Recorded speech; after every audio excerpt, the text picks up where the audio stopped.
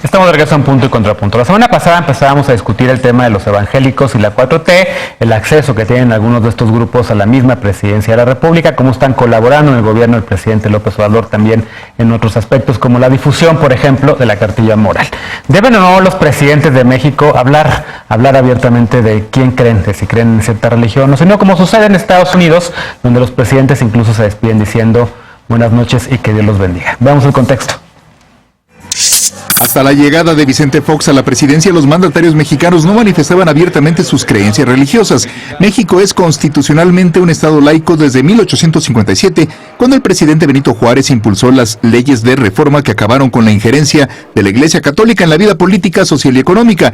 Fue hasta 1992 cuando el presidente Carlos Salinas de Gortari restableció las relaciones diplomáticas con el Vaticano, y el panista Vicente Fox fue el primero en expresar abiertamente su fe católica. El día de su toma de protesta, Fox recibió de manos de su hija un crucifijo. El también panista Felipe Calderón expresó su compromiso con la vida desde la concepción y ofreció al clero católico plena libertad religiosa. La reforma al artículo 24 constitucional permitió a las asociaciones religiosas difundir sus ceremonias en medios de comunicación y se aprobó en 2013. También fue señalada la cercanía de Calderón con la Casa sobre la Roca, organización fundada por la exdiputada Rosy Orozco y que promueve valores bíblicos en la familia de una forma no religiosa. Enrique Peña Nieto también fue cercano al clero. En febrero de 2016 recibió al Papa Francisco en Palacio Nacional y asistió a la ceremonia religiosa. El presidente López Obrador, por su parte, ha dicho que se considera cristiano. Digo que soy cristiano en el sentido más amplio de la palabra. En su campaña a la presidencia formó una alianza con el Partido Encuentro Social,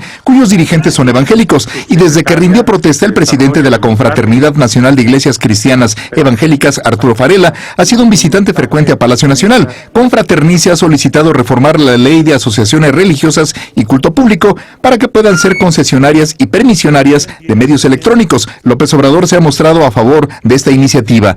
Somos parte de un Estado laico, pero que haya libertades también en medios para que todas las creencias se expresen. Punto y contrapunto. Bueno, retomamos este tema de la semana pasada porque quedó mucho en el aire en aquel debate. Y empezamos con Eder Guevara. ¿Debe o no el presidente López Obrador tener estas reuniones en donde lee la Biblia con estos grupos evangélicos? Porque ya han salido mucha información en ese sentido.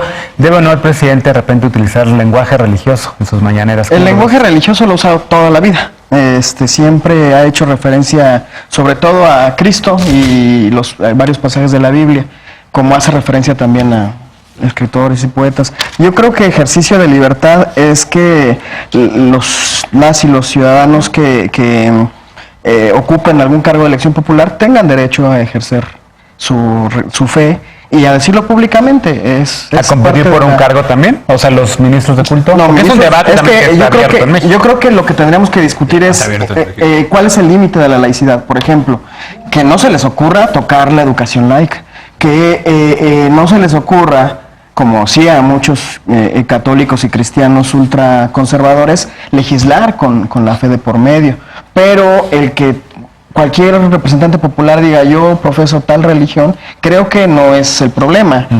Al contrario, yo prefiero que lo digan con mucha claridad y que entonces a partir de que lo dicen con mucha claridad la ciudadanía pueda observar que no estén tomando decisiones a partir de su fe, sino a partir de decisiones del pacto social que se está renovando cotidianamente, pero sí creo que tendríamos que abrir un debate sobre qué sí y qué no es violar el Estado laico, porque hay gente, por ejemplo, que dice que alguien que trabaja en el Estado no debería manifestar abiertamente su fe, porque eso es violar la laicidad. O por ejemplo, este debate sobre si tendría o no tendría algún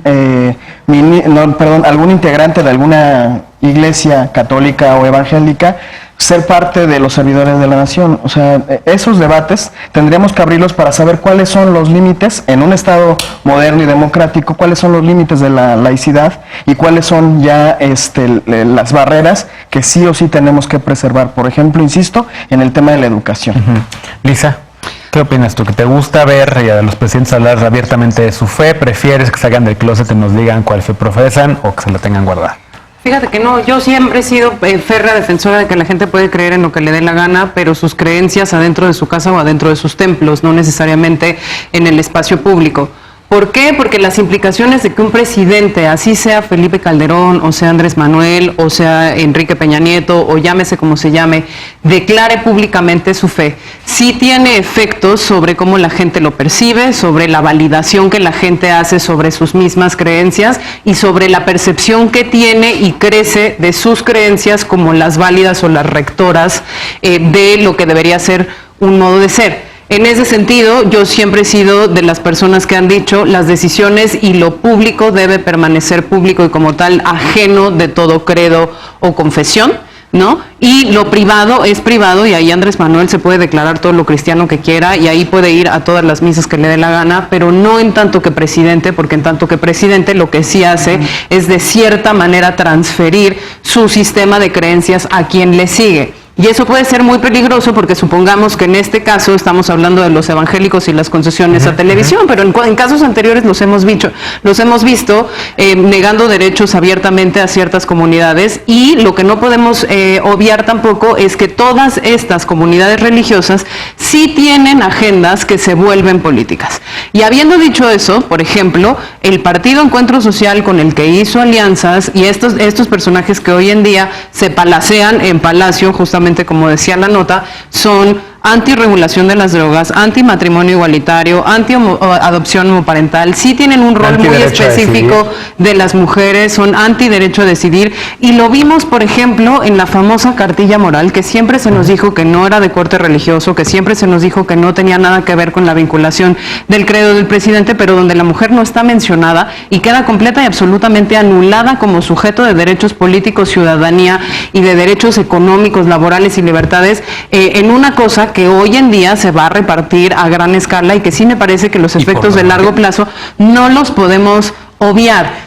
De nuevo, en este tema me pasa lo mismo con muchos defensores de la 4T que me pasa, por ejemplo, con el tema de los militares. Creyendo que en manos de Andrés Manuel esto no va a ser mal utilizado, me parece que estamos abriendo una puerta muy peligrosa, que frente a un cambio de gobierno de una persona que tenga muchísima más vocación para los temas eclesiásticos, no necesariamente vamos a poder cerrar. Yo prefiero que Calderón o Andrés Manuel digan claramente cuál es su fe. Aquellos que gobernaban sin decirlo, pero que sí gobernaban con el yunque o con los grupos ultracatólicos clandestinos. Pero estamos en la misma, pero es que esa es una falsa disyuntiva. Esa es una falsa disyuntiva. Yo prefiero que sean transparentes y que digan. Te voy a decir por qué no, porque el punto de fondo es el mismo, es el ejercicio del cargo público utilizando preceptos individuales morales de la fe privada, y eso aplica tanto para el yunque como para Calderón. El problema de fondo es que las decisiones públicas se deben de tomar ausentes de cualquier tipo de creencia que tenga pero con mucha el personaje en cuestión. ¿Cuál es su fe? Pero aquí no estamos discutiendo si el Calderón se declaró católico o cristiano, no estamos hablando de la participación política de los evangélicos en su gobierno, y ese es un problema. Por ejemplo, en otros países, ¿no? En Estados Unidos, el presidente cada 20 de enero que asume el poder, el primer acto que hace es ir a la iglesia que está ahí enfrente del Capitolio, y ahí reza, dependiendo de cuál sea su religión.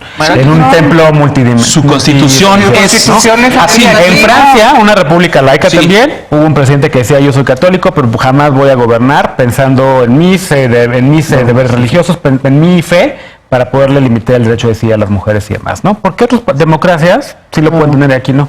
Porque, esto detonó, el hecho de que ya estemos, esta sea la tercera mesa en la cual estamos discutiendo esto, porque aquí ya tenemos más o menos clara, gracias a una investigación periodística, que hay una intención y hay una agenda de la Iglesia evangélica para gobernar con la Biblia. Esa es la misión que tienen, y gracias a eso han hecho ya muchas cosas que ya pueden ser rastreables, como colocar a un sujeto en gobernación, su secretario adjunto, subsecretario de gobernación para asuntos religiosos, como otorgarle una concesión, lo cual no había sucedido en este país, otorgar una concesión de radiodifusión a la visión de Dios, por ejemplo, cuando Andrés Manuel les abrió la puerta y les dijo que iban a explorar la posibilidad de que la tuvieran, diciendo que estaba de acuerdo él. Entonces, no nada más es una cosa de que Andrés Manuel salió y nos dijo: yo soy cristiano y yo me hinco donde se hinca el pueblo y viene este sujeto a rezar a Palacio Nacional, sino que se ha visto que ha permeado esa agenda que sí tiene como prioridad o como meta hacerse del poder e influir en legisladores y tomar todas las legislaturas o tener a un representante en cada legislatura para gobernar con la Biblia, y lo cual está siendo acorde con el discurso de Andrés Manuel y con su fe. Y esa Entonces, fe eso es lo que se se está trata. viendo reflejada en las agendas de trabajo en el gobierno Así es. federal, que yo pregunto cuántas reuniones ha tenido el presidente con organizaciones, colectivos de la población LGBTI, cuál es la respuesta para la cuestión de la violencia de género por parte del gobierno Lo que federal. sí te dice, ahí van, Lo ¿no? que Con el sí lo Instituto de la vemos Mujer. moviéndose. Ahora nos dicen, ¿no?, que la Cuarta Transformación está abriendo todo esto porque todo el entramado social que tienen las iglesias distintas, no solo la evangélica, ayudaría a reconstruir el tejido social, pero también qué papel jugamos las otras personas, ¿no?, independientemente de nuestra fe, para reconstruir el tejido social. Yo pregunto, ¿cuántas personas trans, por ejemplo, son servidoras de la nación? Exacto. ¿No? ¿Cuántas personas de la población LGBTI y de otras poblaciones vulnerables están siendo parte de esta transformación y partícipes de esto? No así sí lo es ahora la iglesia, lo vemos siendo la protagonista de la Cuarta Transformación, ¿no? Lo cual no fue lo que se prometió en la gestación de Movimiento Regeneración Nacional, que es lo que le da el registro a Morena y que lleva a esto para Yo acá. creo, Sí, para es presentar, peligroso. es Jorge Lee Galindo, porque se me fue nuestro secretario, es director adjunto de Asuntos Religiosos de SEGO.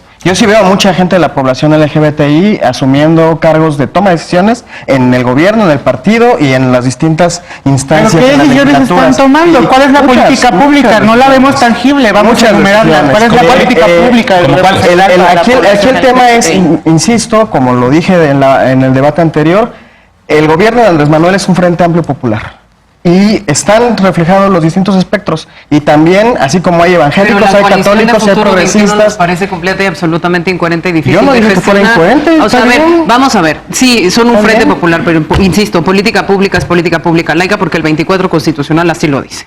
Discutamos los límites de la laicidad, ese es el tema. Pues eso es lo que estamos discutiendo. Sí, En el fondo es lo que estamos sí, discutiendo. no radiodifusoras, cierto. ese es un límite a la Porque- laicidad, porque muy ustedes- claro. Porque tú desde la semana pasada porque son está bien recursos llevar a públicos esto. utilizados Está bien para la que difusión de tengamos un un- credo. Pero tú estás tratando de llevarlo a algo. Último comentario, Lecona, y nos vamos a la Nadie pausa. en esta mesa ha dicho, en estas 3 sesiones que ya tenemos, Y vamos, de seguramente esto, y habrá seguramente una habrá una cuarta. cuarta, nadie ha dicho que el presidente no tiene derecho a tener su religión y a ejercer su Yo fe. prefiero que la exprese públicamente. Pero esa es tu preferencia. Pues entonces ve y reza Pues sí, con él lo es que mi quieras. Pero la postura. cosa es que muchos se llevan así. Yo estoy seguro, Eder, que hace un año, si Peña Nieto hubiera salido a decir, Calderón, yo soy todos esto, sabíamos que era hubieras dicho, pues, católico. bueno, y no lo criticaste, Y lo hasta te criticó. podría encontrar. A él no, por eso no. Pero Bueno, porque hay otras cosas. seguidores, y menos en esta transformación donde sí vemos lo que decía Lisa, Yo lo que que el sí presidente cuestiono- termina siendo una brújula moral y de muchas cosas donde sí Por pasa. fin, Listo, vamos a hacer una pausa, vamos a retomar este tema, pero con los panelistas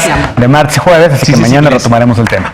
Regresando, el INE, el Instituto Nacional Electoral, prepara ya su proyecto de presupuesto para el 2020 y le va a subir 2,000 millones de pesos. ¿Qué pasó con la política de austeridad? ¿Se justifica o no el gasto rumbo a las elecciones intermedias? No te vayas, regresamos a Punto y Contrapunto.